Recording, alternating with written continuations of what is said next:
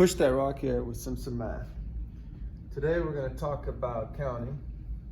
We're going to pretend we have 5 objects. They can be anything. It can be 5 people, 5 trophies. We're going to number them to represent the 5 distinct things, and we're going to ask ourselves, how many ways are there to select just 2 of these? We just want to get 2.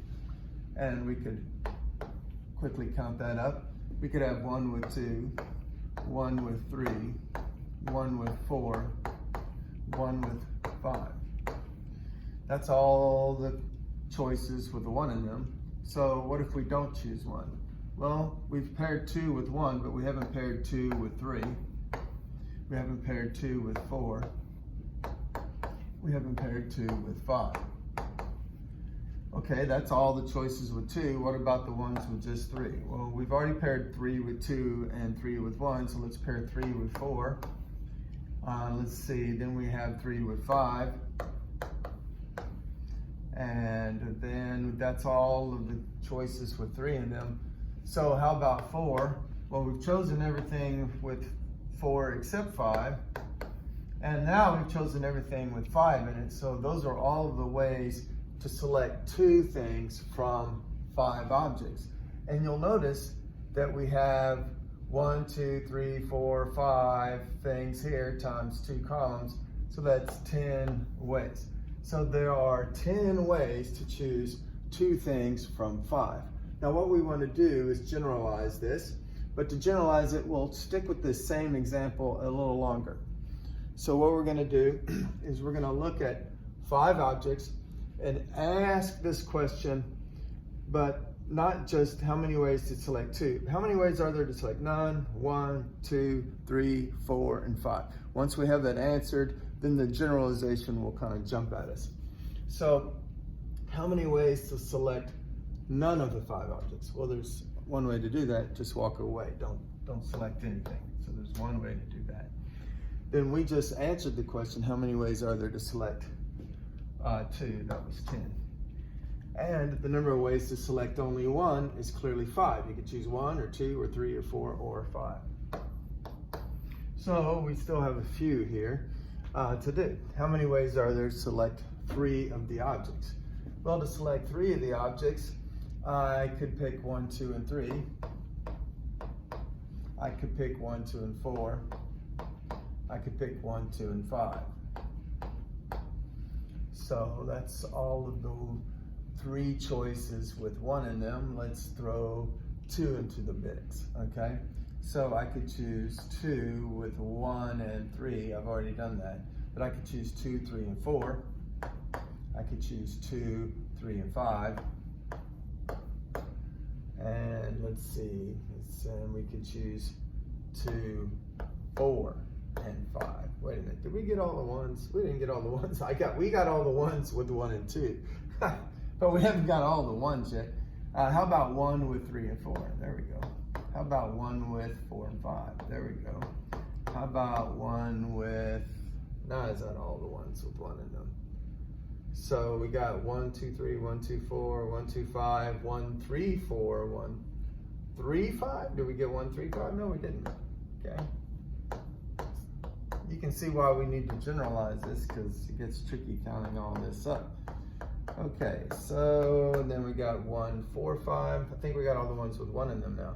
Now with just 2, we got 2, 3, 4, 2, 3, 5, 2, 4, 5.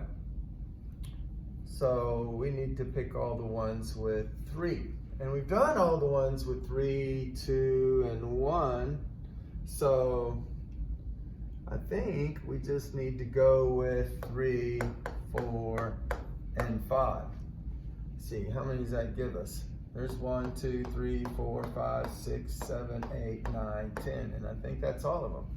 So we have 10 ways to choose 3 objects from the 5 objects. Wow, that was a little tougher than it needed to be, if that's okay. Y'all probably got there quicker than I did. So let's count all the ways to choose 4 objects out of the 5. Well, if you think about this for a little bit, we've already done it. To choose 4, we basically have to leave out 1. right? If you're going to choose up 4, you have to leave out 1. So it's the same as choosing 1 to include. You have to choose 1 to exclude, so there's going to be 5. And then how many ways are there to choose all 5? Well, you got to choose all 5. Now, this should look real familiar. 1, 5, 10, 10, 5, 1. Doesn't look familiar to you? Okay, let me turn the camera. Does it look familiar now? Yeah, that's right.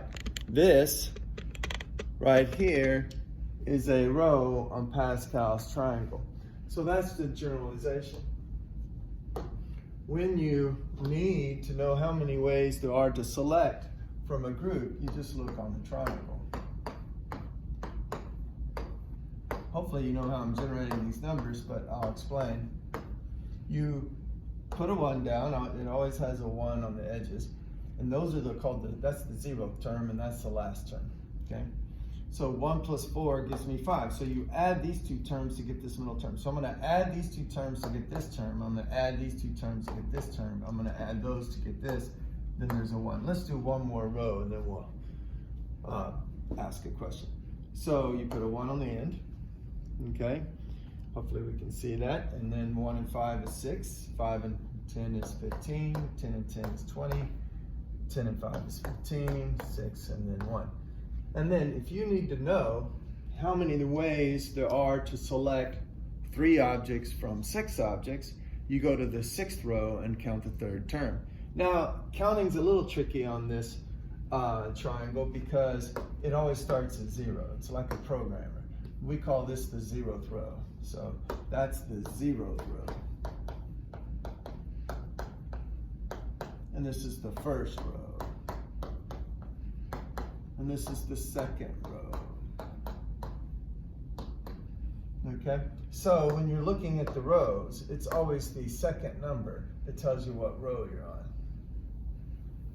So that's the 0th row, 1st row, 2nd, 3rd, 4th, 5th, 6th. So this is the 6th row, and it represents having 6 things. But if I want to select 3 things from it, the number of ways to do it is going to be the 3rd entry, but you've got to remember to start at 0. So this over here, this 1 over here, is the 1st entry. I mean the 0th entry. So this is the 1st, 2nd, 3rd. So this is the number of ways to choose 3 things from 6 things is 20. Now the notation for this is there's 6 things, I want to choose 3.